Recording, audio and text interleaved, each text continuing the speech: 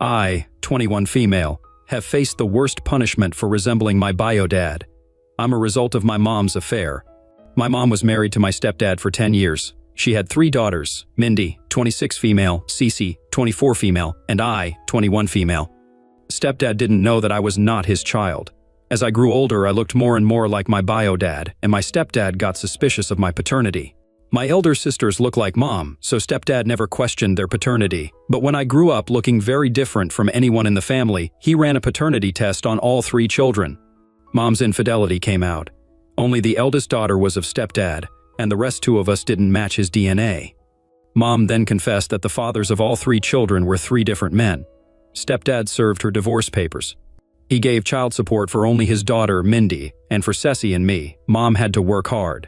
Mom loved Mindy and Cece unconditionally because they looked like her. She hated me because I uncovered her truth. As a child, I never understood her wrath on me. She was cheerful and loving with my half-sisters, but with me, she would only be grumpy and rude. I don't remember one happy moment with Mom. The sad part was I didn't know the reason until much later, and when I got to know the reason, I was shattered. The truth made everything much worse. First, it gave me an identity crisis, and second, now I know the reason for my mom's hatred towards me.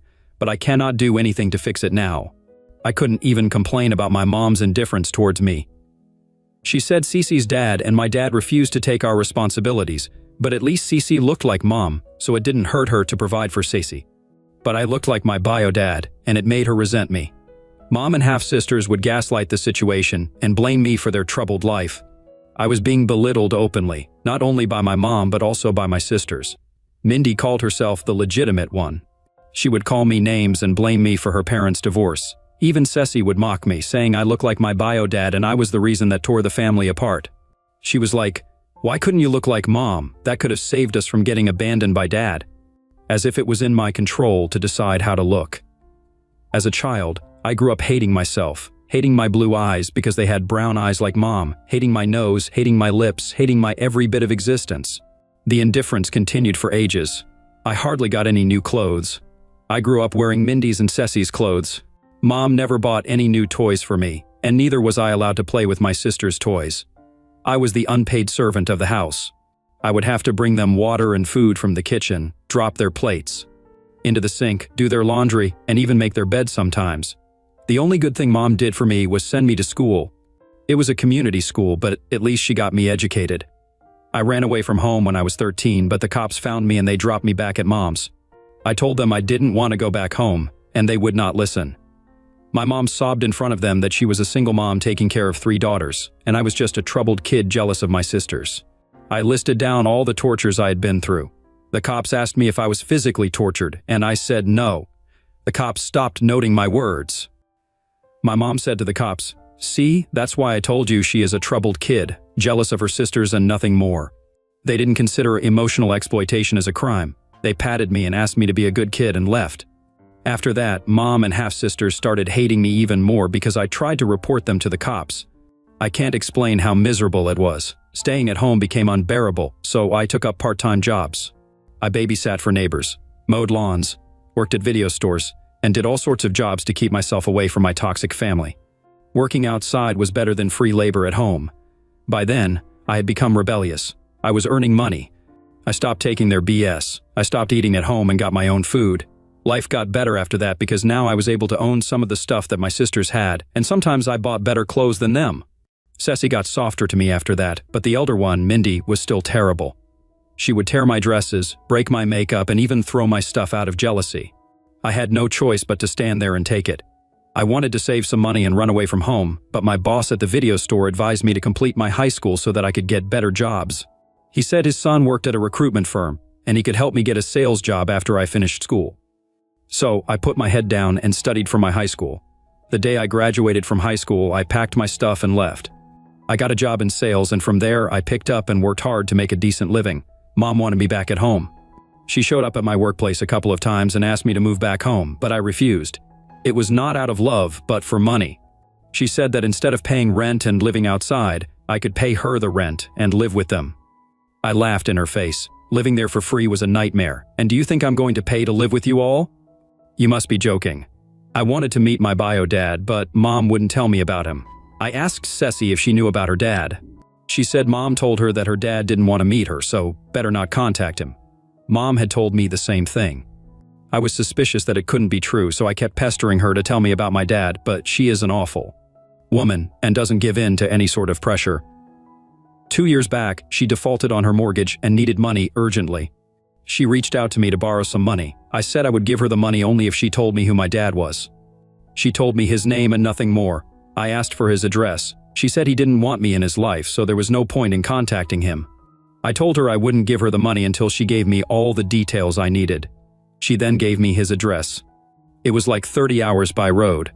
If I took flights, I would need 2 connecting flights. I saved up for the flight and then showed up at the address, only to find it was the wrong address. I went back home and fought with my mom. I told her I would report her for not revealing my paternal details. She told me that she was reluctant to give me his address because his family didn't know about me, and my visit would ruin his life. She tried to guilt-trip me into thinking that I was wanting to be a homewrecker. After a lot of fighting matches, this time she gave me his office address, which was 4 hours away. But she kept insisting that I don't visit him because he didn't want me in his life. She was like, "Why do you want to humiliate yourself? He's going to throw you out. He doesn't want to see your face." I didn't listen to her and took a bus and showed up at his workplace. When I finally met him, the moment was so surreal. I didn't have to introduce myself to him. He saw me and said, "My girl." He hugged me. That was the tightest hug I ever got from a family member. I got to know something that blew my mind. My bio dad was paying child support for all these years. Mom deliberately gave me his wrong address so that I don't get to know the truth. She has been feeding lies to both of us. She told my bio dad that I hated him and didn't want to meet him. It was true that his family didn't know about me. He told me he was married for 40 years and had 2 grown-up sons. He loved his wife and didn't want to mess up things. My mom used it to blackmail him for money and took child support as well. He said we could meet outside and he could even provide for me if I wanted, but he didn't want to disclose me to his family. I didn't have a good feeling that he didn't want to accept me openly, so I never met him after that. I was disheartened. He sent me several emails after that, but I never responded. Almost 6 months ago, he showed up at my workplace. He apologized and said he wanted to make things up for me. I said he didn't have to do anything for me. I don't need anyone now. I'm not 13 anymore. He said after meeting me, he didn't feel good about hiding me anymore and confessed everything to his wife and children. His sons are grown up and have moved out, so they didn't mind it much. However, his wife is in shock and they are seeking therapy together. He handed me a paper, which turned out to be an ownership document of a mansion. He said that's the only thing he could do to cover up for his mistakes. I asked him if his family knew about this. He said yes, they knew. He has paid for his son's college and they are doing well for themselves. He has also left some trust funds for them and a house for their mother, and he gave his mansion to me. I was overwhelmed. I didn't know he was well-to-do. I didn't want his money. Otherwise, I would have also blackmailed him and extorted money for the last 2 years, as Mom did for 20 years. I told him how badly I had been treated my whole life because I looked like him. He said sorry for putting me through this. He had no idea that I was going through all that because Mom had been feeding him a different story. He said he was giving the house to me to secure my future and that he owed it to me as a father. I was overwhelmed by his gesture. I didn't tell anyone about the house. Off late, I was thinking of getting into a college. I always wanted to be a college graduate, but money was a big constraint. Now that I had a mansion, I thought of putting it on lease and using that money for college. That's how my mom got to know that my bio dad gave me a mansion. She is now running behind me, all set to get a share in that property. She is gaslighting me by saying that she is my mother, and she had to undergo a divorce because of me, so I have to give her a share. When I denied it, she threatened to sue me because she had a right to my bio dad's property. You see, I don't have any understanding of laws and rules around property and inheritance whatsoever. I'm guessing she can't have it, but sometimes the law works in a funny way in the States. I don't have money to hire a lawyer until the lease money comes in. So, if anyone has any idea about all this, kindly help. Yeah, you can call me dumb, but I need help. Thanks in advance. Update 1. Oh, I tell you, money works in a funny way. By the way, thanks for helping me out. I thought Reddit is for fun, but there are some really amazing people who genuinely help others. Like you all said in the comments, my mom can't claim a share in a house that was given to me by my dad. So the next time she came charging at me for the share, I went nuclear on her. She said she would sue me for this. I challenged her to do whatever she wanted. She cannot do anything except yell. She screamed like a wounded lion. After the last confrontation with Mom, there was silence for a long time. I was not in touch with them. I sometimes bump into Ceci. She works in the same block as me. Seeing how my luck played out for me after meeting my bio dad, Ceci also forced Mom to reveal her dad's identity. Sadly, her dad turned out to be a German man who had moved back to his country. He used to be our neighbor for a few years. He had rented out a room in our neighbor's house. He was a student back then and knocked up Mom. After he got to know that Mom was pregnant and would ask him for child support, he fled. Ceci contacted him through email, and he confessed everything. They are in touch, but Ceci is sad that she didn't get any benefit after discovering her dad. Makes me wonder if she wanted her dad or hit a jackpot. I hired an agency to get me a tenant for my mansion. 6 days back, someone from the agency called me. He said he brought a tenant to check out the mansion, and they found 2 women living there. I was horrified. They said they were the owners. They were the tenants and chased them out. The agent told me that he had sent 2 to 3 prospective tenants during the last month. But mysteriously, they all ghosted him after visiting the mansion. I asked him to send the pictures of those 2 women. They were none other than Mom and Mindy. I rushed to the place. It was an hour away from where I lived. Without saying a word, I started throwing their stuff out. They tried to stop me and kept saying, "Wait, we can explain. We can explain. Please hear us out." I screamed that I didn't want to listen to the squatters. It was 2 versus 1. It is a very peaceful neighborhood. The neighbors heard the chaos and called the cops. I didn't carry the house documents with me, but the agent had the copy, so he showed it to the cops. The cops chased them out, but also asked me to deploy security at the place. I asked them if I could get a restraining order against them. The cops said it was not easy because Mom and Mindy had no previous felonies registered under their names. It was their first-time nuisance, so they can get away with it. I called up my dad and told him everything. Of course, I didn't have the money yet to deploy security. He has taken the matter into his own hands. He said he would be installing more cameras across the house. There was just 1 installed until now. He said he would get a tenant for me and that I don't have to deal with it anymore. That was such a relief because I had no idea how tenant agreements worked, etc. I have not heard from the squatters since then. But let's see how long it's going to be like this. I'm sure they are going to come back. I'll update the thread if something develops. But thanks for putting up with me. Update 2, hello all. Sorry for not updating it often. Life has been busy in college. Yeah, a lot has happened over the last few months. Let me get straight to it. 2 weeks later to the last incident, Mom and Mindy showed up at my door again. This time they looked miserable. They said they were homeless. Mom lost her job, and they defaulted on 2 months of rent, so the owner locked them out. They said they had nowhere to go, so they went to the mansion to live there. After getting kicked out from that property, they have been living here and there, but now no one is ready to let them in. They sobbed and requested me to let them live in the mansion for a month until they put their lives together. I was tired after a long day. I didn't want to deal with them. I told them that Dad was looking after the property now and I was out of this, so I won't be able to help them. They requested that I speak to Dad and let them in. They pestered me so badly that I lost my mind. Mom was recalling the favor she did to me. She was like, "I raised you for 18 years. Can't you do this for me? I raised you for 18 years and this is how you pay me back? This is how you treat your mom who raised you single-handedly?" I screamed at her, "Yes, you raised me, but not as a daughter, but as a housemaid. I was no more than a servant for the 3 of you. Did you ever get me new clothes or any stuff for that matter? Everything I owned was passed on to me by Mindy or Sexy. I always got the leftover food. I survived on the stale food of last night while you all ate the fresh food. If there were 3 slices of anything, you 3 would eat, and I would just get the side salad or the ketchup.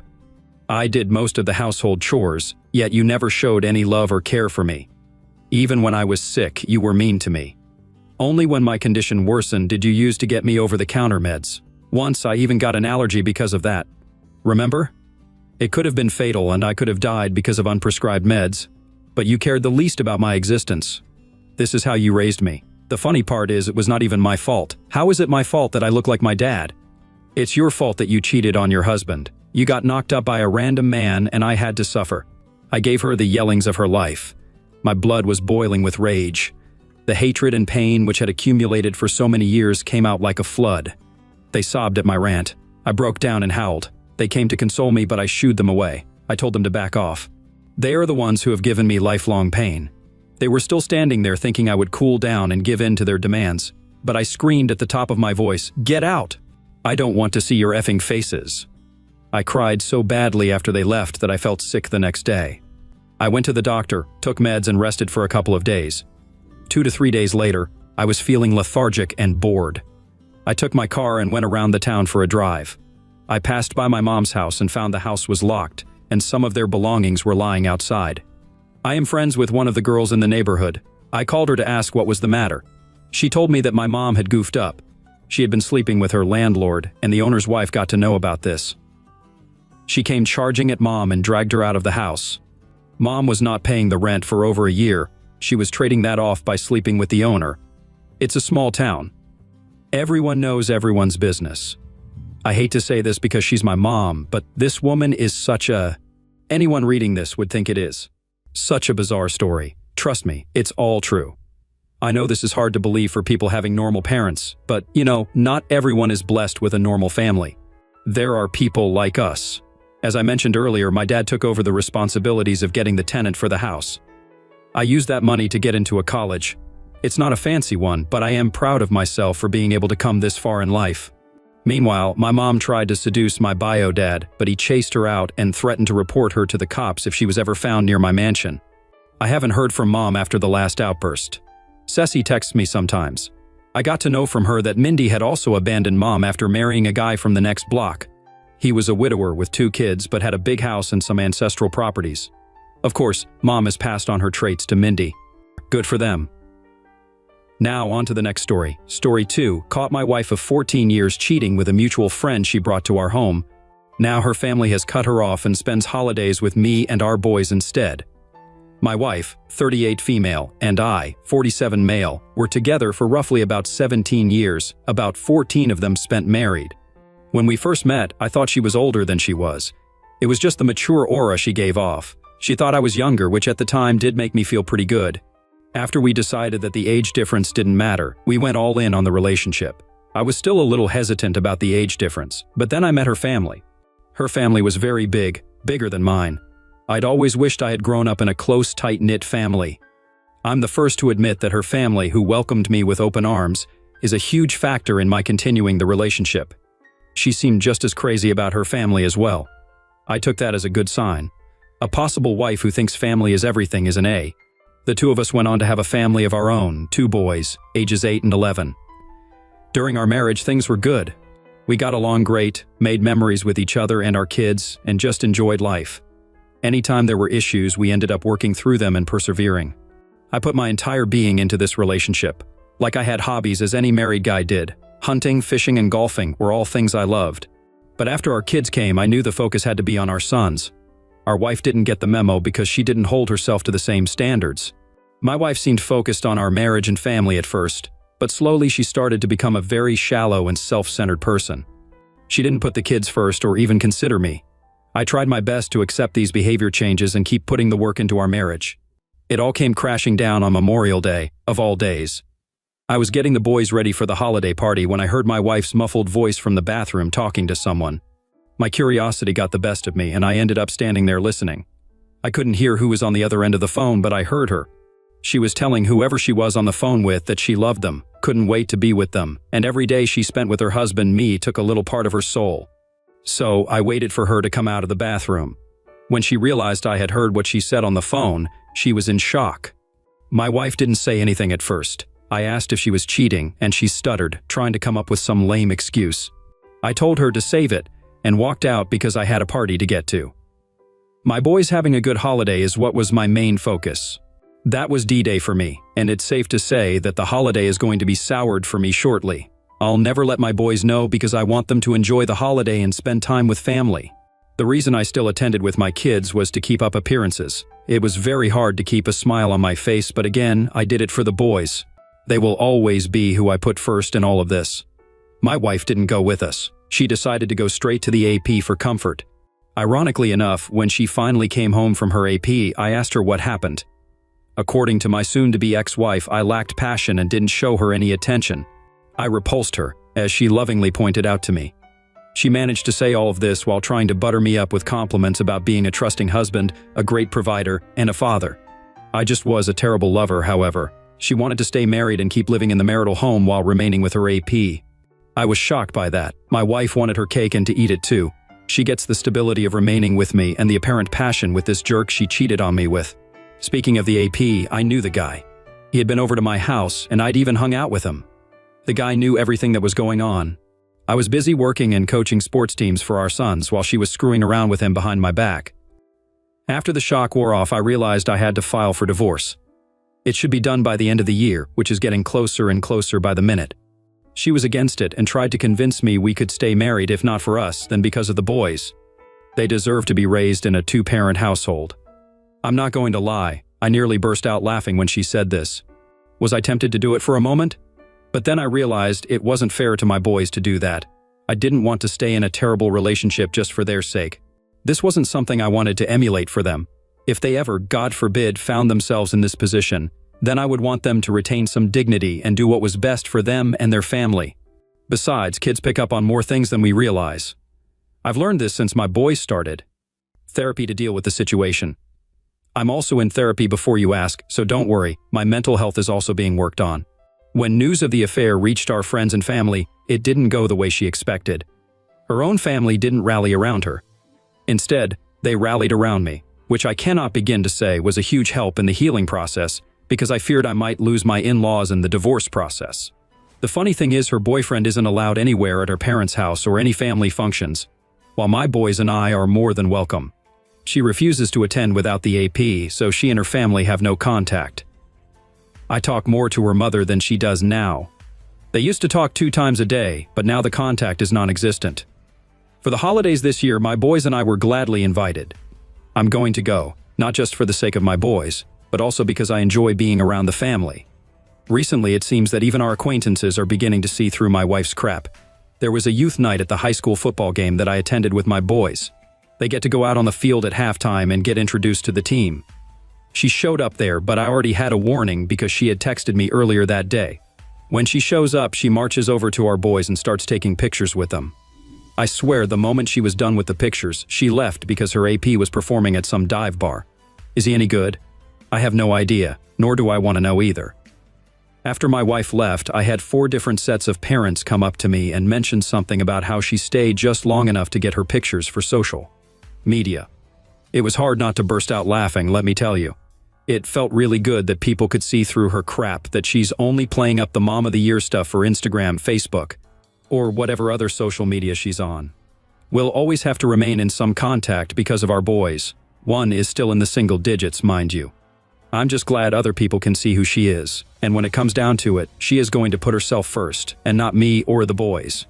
In the meantime, I'll keep taking care of my boys and myself.